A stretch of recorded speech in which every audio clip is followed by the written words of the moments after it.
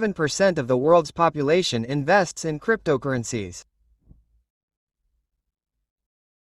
We are still in an early stage of this new financial system, the cryptocurrency financial system in this new market. We are one of the first to enter, so this is going to be very important to know what stage we are currently in and also to understand the latest that is happening with the projects, especially the ISO 2022 projects. We have a new date for the transition to ISO 2022. It seems that things are going to be delayed a little bit more, but in the end it does not mean that it is not going to happen. There is simply a slight delay in the implementation of cryptocurrencies in ISO 2022. Let's look at the latest news first. Here we have Michael Saylor. The CEO of MicroStrategy hints that he will buy more Bitcoin because he put out a tweet in which he indicated that there is too much blue and not enough orange. This refers to the Bitcoin chart, right? Well, the Bitcoin chart, no, sorry, the purchases that MicroStrategy has been making of Bitcoin.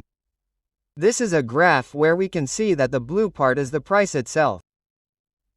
Well, not the price, but the profitability that MicroStrategy is making, okay? And then here we also have the purchases. Here you are going to see with me the purchases it has. The purchases are the little orange dots, okay?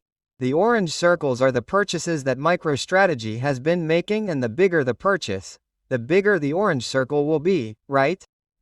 And this is the total that it currently has accumulated. It has $52.87 billion in Bitcoin. So, here we see all the purchases that it has been making, okay? The blue part shows that no purchases have been made. That is why MicroStrategy has said that there is too much blue and not enough orange, insinuating that they could make more purchases in the short term. In the end, you already know what I think of MicroStrategy and what I think especially of Michael Saylor. In my opinion, all the purchases that are being made are really with investors' money, and if Bitcoin falls below $67,000 they could go bankrupt, which could affect the price of Bitcoin. If the price of Bitcoin falls below $67,000, which is the average purchase price, MicroStrategy will eventually be forced to sell. And if MicroStrategy sells $52 billion, it could be fatal for the price of Bitcoin. Continuing with news, here we have the Teucrium ETF, which was recently launched in the United States, specifically on the New York Stock Exchange. We have a total of $67 million in assets under management for Teucrium. In this ETF, Teucrium has had to invest $67 million in XRP. This is something important, right? Because we are seeing how interest is increasing for the XRP ETF and with it, also the purchases. And that's just with one XRP ETF, TechCruise. Imagine all the others that are yet to be approved in the United States. More stuff. Standard Chartered Bank projects that a spot XRP exchange-traded fund, right, could attract between $4.4 billion and $8.3 billion in capital inflows in its first year. Standard Chartered Bank, which is also one of Ripple's partners, one of XRP's partners, and which has given us, well, this forecast, this estimate, regarding the inflows that the spot XRP ETF or ETFs in the United States could generate, between $4.4 billion and $8.3 billion in capital inflows in their first year. This is very important, right? In the end, we have an estimate of how much is going to come in. Also, not long ago, JP Morgan Bank spoke, which also talked about significant inflows. I think it was also around $8 billion in first-year inflows into spot XRP ETFs.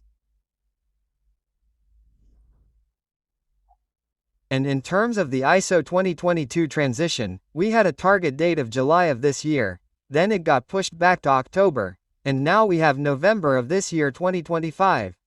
All financial institutions will need to adopt the ISO 2022 standard to improve interoperability between banks. Note how it says here that major financial institutions such as JP Morgan that have invested in ISO 2022 will maximize their return on investment by November 2025. It says, all this is documented.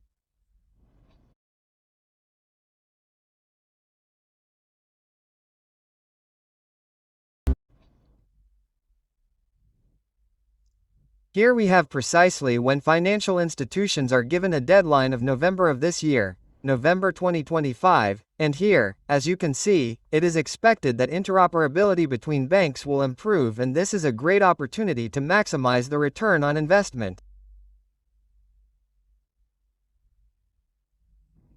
And here is also precisely how JP Morgan is investing in ISO 2022. It is not that they are investing in Bitcoin or Ethereum, they are investing in ISO 2022, and we know that, within this category, there are very few, such as XRP, XLM, XDC, Ether, also Quantum, Algorand, ADA, Cardano. We have few cryptocurrencies, few tokens rather, that are those that comply with the ISO 2022 regulations. Free. Now, what we talked about earlier about the ISO transition in 2022, just because things take a long time doesn't mean they've failed. There are many lessons to be learned about this for those working in cryptocurrencies. And indeed, the ISO 202 standard was created in 2004, 21 years, okay? And it's going to be completely migrated as a standard for cross-border payments starting this year. Just think, 21 years to make a change in the system. That's why we were saying that it's not something easy, it's something that's been done and that has been studied and worked on for several years, in fact, several decades. We're talking about 2004 and they still haven't been implemented. So that's very important, and it's also more important to know what the adoption rate of cryptocurrencies is at an international level. Well, look, less than 7% of the global population, right? The world's population invests in cryptocurrencies. We're among the first to be involved in cryptocurrencies. Because of that, it must also be said that there are few countries that have regulated the market, very few. Europe does have regulation with MiCA at the moment, the United States hasn't yet. Well, there are still many regions in the world that haven't regulated the crypto market yet. That's why it's very important to know what stage we're at. What stage we're at, and less than 7% of the world's population has invested in cryptocurrencies. So imagine what percentage of the world's population has invested in XRP. It will probably be less than 1% of the world's population that have XRP at the moment. So, guys, I hope you liked the video. You liked it, leave your like, and until the next video, guys,